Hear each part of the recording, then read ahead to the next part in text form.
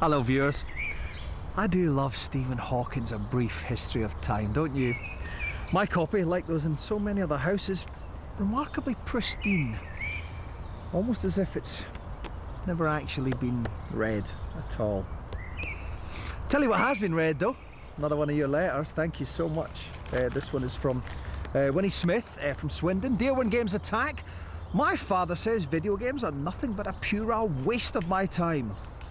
And I'd be better off getting a hobby that would one day lead to a successful job when I leave school. What do you think? Well, Winnie, I'm with your dad here. I strongly recommend some form of after-school accountancy classes, and don't forget, send all your old video games to me, because my kids love them. Anyway, in spite of what some do-gooders would have us believe, weapons can be fun. And in video games in particular, there's been a vast array of such magnificence that even the most woolly liberal will gladly take them to the heart. Here's our top 5.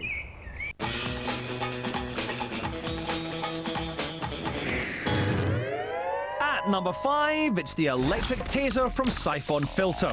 Usually great weapons are bestowed on men who've travelled far into a game, but the taser's given to you right away. Top honour. Fire this baby on an unsuspecting enemy, they'll light up like a Christmas tree and howl like a snared animal. Extra fun can be had in temporarily turning off the current to let them catch their breath, only to zap them once again. And for the finale, keep the electricity going until the poor victim bursts into flames. Cool! At number 4, and I think it should be number 1, the Shark Gun from Armed and Dangerous. With admirable disregard for the laws of probability, this gun launches a hungry great white shark at your enemy, regardless of terrain. With the inexorable homing instinct of one of those wind-cheater charity people that accost you in the high street, the fin slides towards the confused enemy. It's like watching the Discovery Channel. Shark swims to prey, shark kills prey in horrible way, everybody's happy. We'll be telling you what makes our number 3 and 2 choice of the best gaming weapons later in the show. Stephen Hawking believes that any physical theory can only be hypothesis and can't ever actually truly be proven. But even he knows that's not true at all. For example, I have a theory that I could beat him at Pro Evolution Soccer, and I'm happy to prove it any number of times. More cast iron facts for your perusal in today's Behind the Game.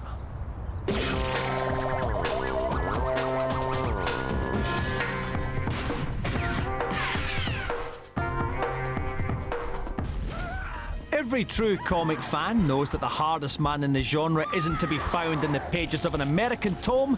No, it's the man that even Sylvester Stallone's miserable acting couldn't ruin. He is the law. He is Judge Dredd.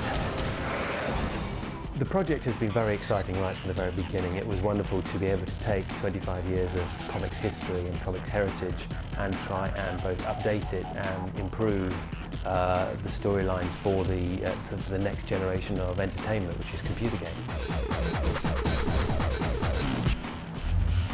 It is a little daunting because 2000 AD fans and Dredd fans can be very particular about how things are. With so many different artists and styles to choose from, if you like, it took us a while to eventually settle on a style of our own. We settled on like the highly painted styles of Greg Staples and Simon Bisley and Jim Murray. They were the ones that we were all agreed on were really cool and we thought we'd be able to pull off in a kind of 3D environment. There are a number of stylistic techniques from the comics, and one of those is what we call rim lighting, an effect where an artist is painting a character. They'll often highlight the edge of the character with a brush stroke to give the effect of like light catching the edge of the character, so you can pick them out in dark areas, and it gives a certain sheen to things which looks cool. We've got very strong coloured lighting on the characters and the environments, which is key to most of the artwork in Judge Dredd. Very vibrant and colourful. Right from the very beginning, the 2000 AD editorial team has been very involved in the project, as involved as they can be with the time that they've got. Producing a weekly comic is not easy. Of course, Dredd's home of Mega City 1 is just as much a character as he is. It's the biggest city the world has ever seen, with Was it 450 million inhabitants? It covers the entire eastern seaboard of the United States. Each building can be like equivalent to buildings and things you see in the game. They're all built to scale, like they can be like a couple of kilometres tall. One of the things we were trying to achieve in the game is a grand cinematic, sort of almost operatic, without all the fat ladies singing kind of image, although we do have some fat people in the game. The look is not a cartoon style look, it's very much a graphic novel look, but still stylized in its own unique way.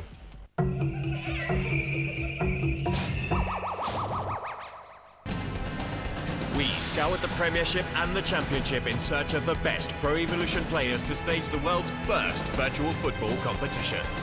8 pros have to compete through group rounds and knockout stages until one of them has earned the right to be crowned the When Games Attack Football Champion. If we look at the Group A table, we can see Brighton's Alexis Nicolas at the top with 3 points. Lee Sharp's drawing abilities earned him 2nd place, while Watford's Scott Fitzgerald and Brighton's Darren Curry are at the bottom with a point each, but Scott's got his 2nd game to play. Hey, football time again. Game 4 in Group A of our football challenge. Alexis Nicolas against Scott Fitzgerald. I'd say probably the 2 better players out of this group of 4. Alexis, you had a cracking first game, 1-2-1. You definitely had your shooting boots on. Have you brought them along today? Hope so. And it was basically through Henry that you did most of your work as France next time. Same game plan? Absolutely, yeah. Get it up to the most... Henry, let him run.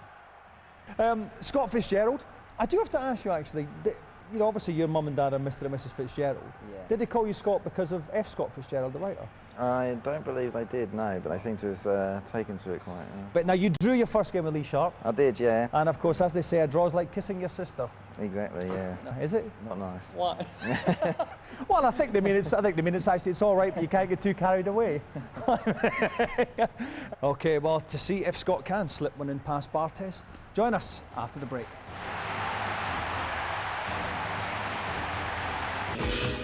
Before we go, let's see who's languishing at positions 3 and 2 in our chart of the top 5 video game weapons.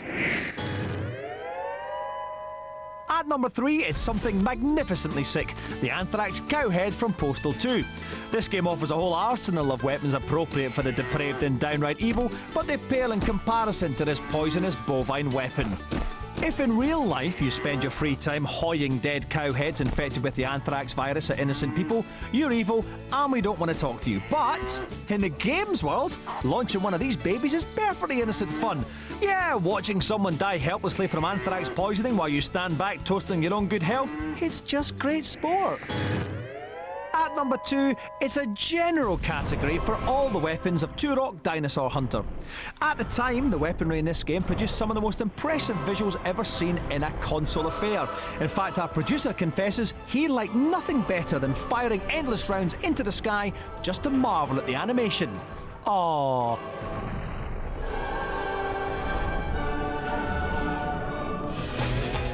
Join us in part 2 to discover the best video game weapon ever. Next month.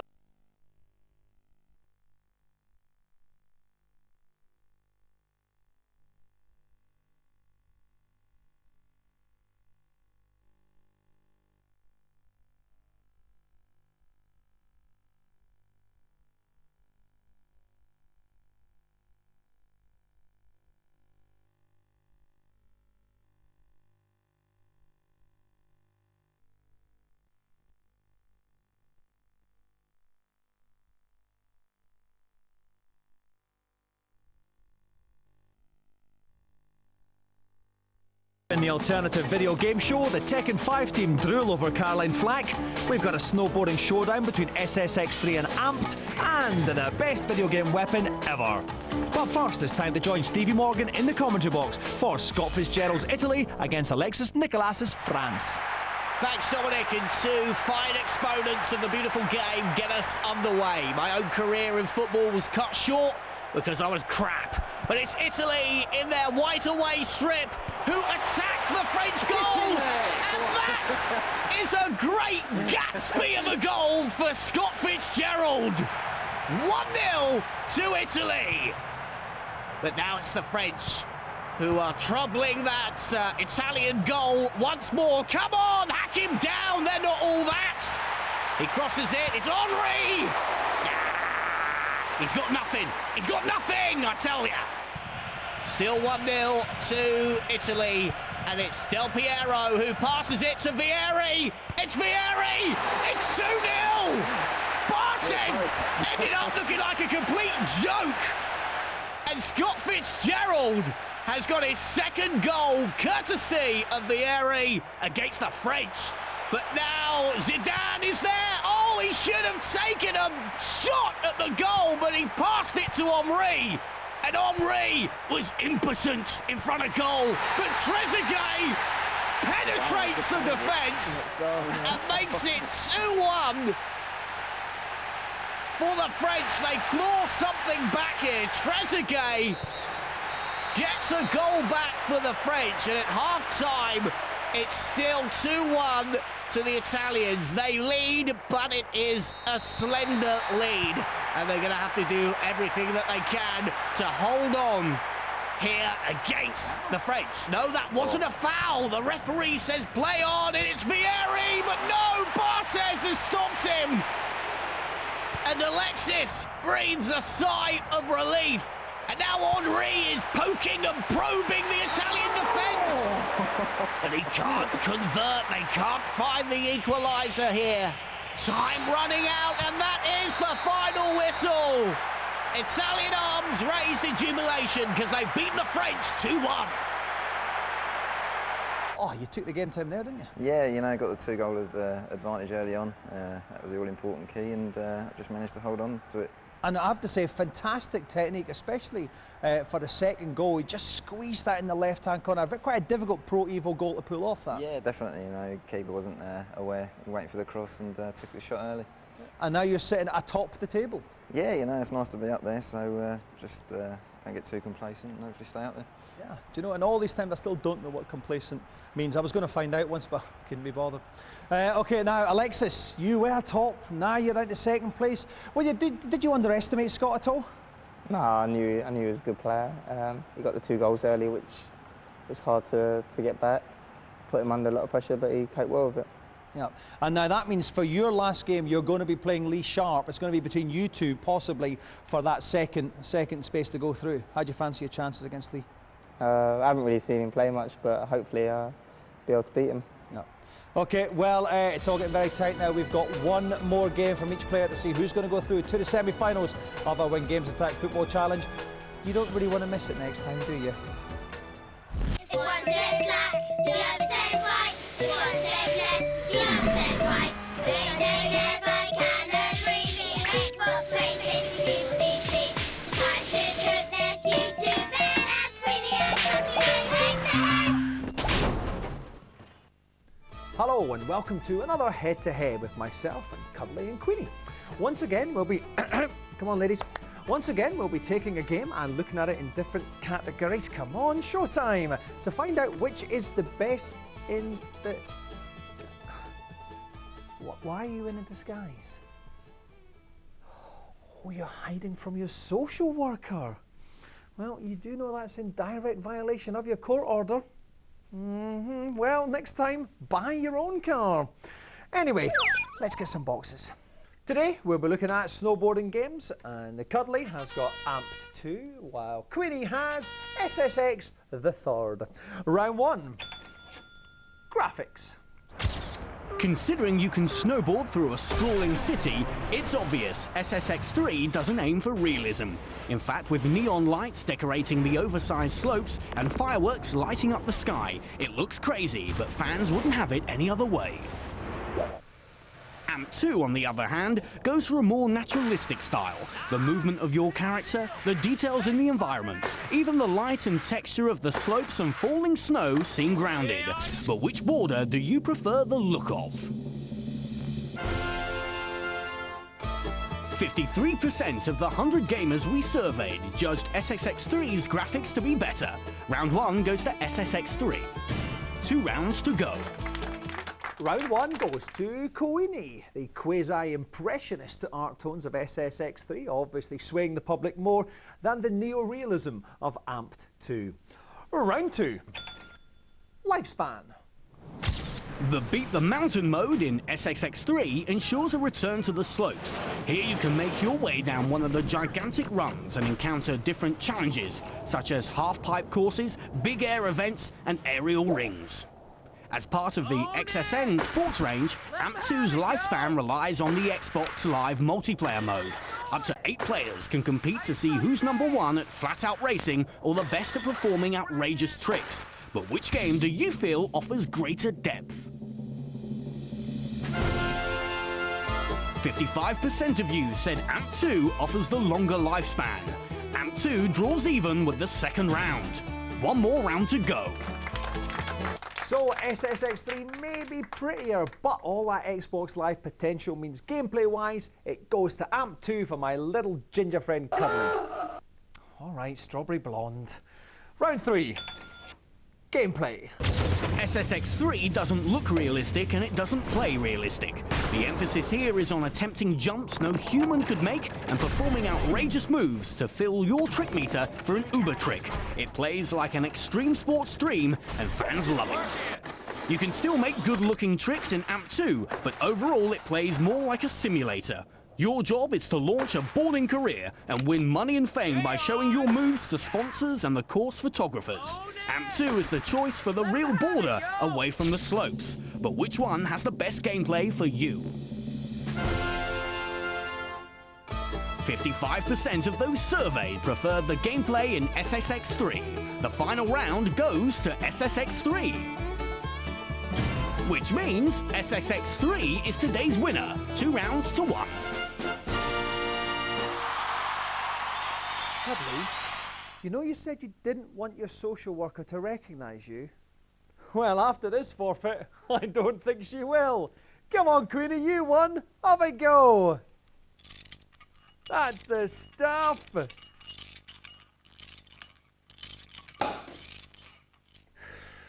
Join us next time for another head-to-head. Now it's time to find out who's at #1 in our top 5 best gaming weapons ever. First, a recap of the others. At number 5, the trusty taser from Siphon Filter. At number 4, da-da, da-da, da-da, da-da. At number 3, the truly awful Anthrax Cowhead. And at number 2, the general nuclear holocaust from Turok Dinosaur Hunter. But the #1 best gaming weapon ever is the BFG, from the daddy of all first-person shooters, Doom. Ask a gamer where and when they were when they first fired the BFG, you'll probably notice a glistening of the eyes and a slight stiffening of the trouser as they recall that first perfect union between man and imaginary gun. When fired, its green energy soars across the battlefield, reducing even the most ferocious, highly pixelated sprite to dust. The name summed it all up: BFG, big something or other gun. It was a gun with attitude, a gun with grace, and a gun with a sweary word in the middle. I think I'm getting this now. There are many differences between the fragrant Caroline Flack and myself. She is blonde, where I am dark. She's lithe, where I am cumbersome. And she wasn't marched out of Japan at gunpoint following a botched military coup in the late 70s, huh? That's why she's there for today's feature.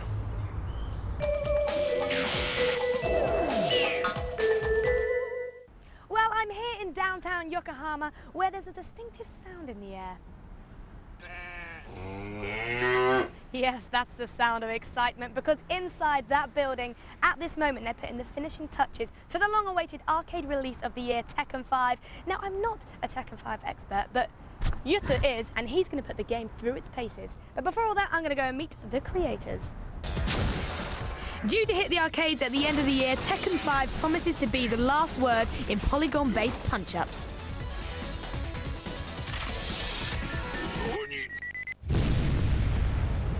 Behind the sound and fury of the game lies one of Japan's most experienced development teams. No wonder little Yuta was dying to have a go. Now, Yuta, you've got to wait in reception, yeah? With Yuta in reception, I met up with 3 of the brains behind Tekken 5 to find out how it had changed since its last outing. IC カードを使いまして、The big difference this time is the IC card technology. Beforehand, when you played the old Tekken games, you could play a great game and nothing would remain of that. So as soon as your 100 yen ran out, that was it. Now with this card, it will save your data and save how you fought and how you did.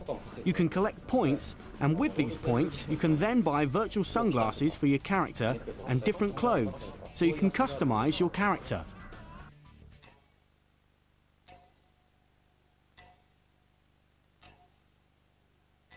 今回、鉄拳5では新キャラクターが3体用意しています。 There are 3 new characters. The first one is a character called Raven, who dresses up like a ninja and is a powerful opponent. The second one is a Chinese character called Feng, and he's a very powerful fighter who uses Kumbasu, which is like Kung Fu.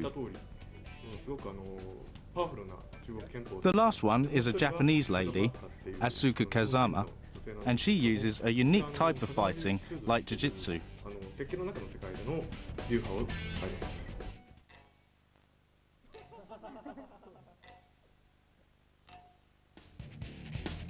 So this game's obviously about fighting. When was the last time you guys were in a good ruck?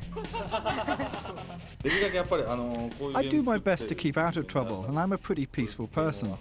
There's often a misunderstanding that people who make these games are violent, or that people who play them will become violent. But I don't agree. I know you guys have got some new characters in Tekken 5, but have you ever thought of having a Welsh character? Because I got into a fight with this girl in Cardiff, and she was really big and really strong.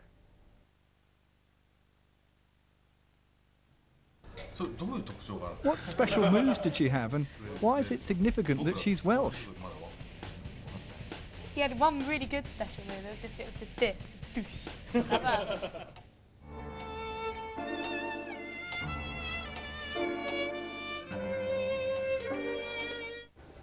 Well, I think he's waited long enough. It's time to unleash Yuta on this baby.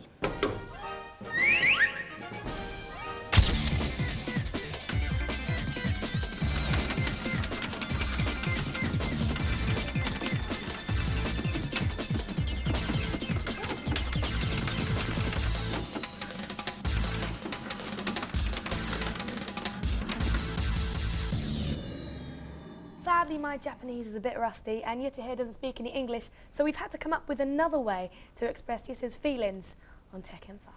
Fruity, fruity, fruity. The plastic food industry is massive in Japan. For some reason, every restaurant feels the need to display their wares with an enormous range of plastic replicas.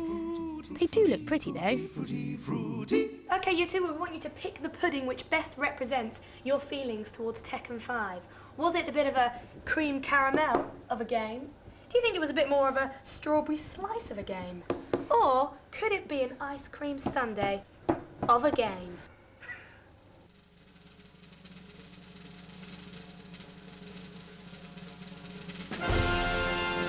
Well, Yuta's picked the ice cream sundae. I kind of thought he would, but I have to say Tekken 5 does seem like an incredible experience, doesn't it? And Yuta, it's been a long day. I think it's time we got you home.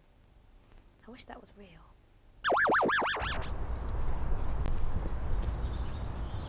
If we find the answer to that, it would be the ultimate triumph of human reason, for then we would know the mind of God.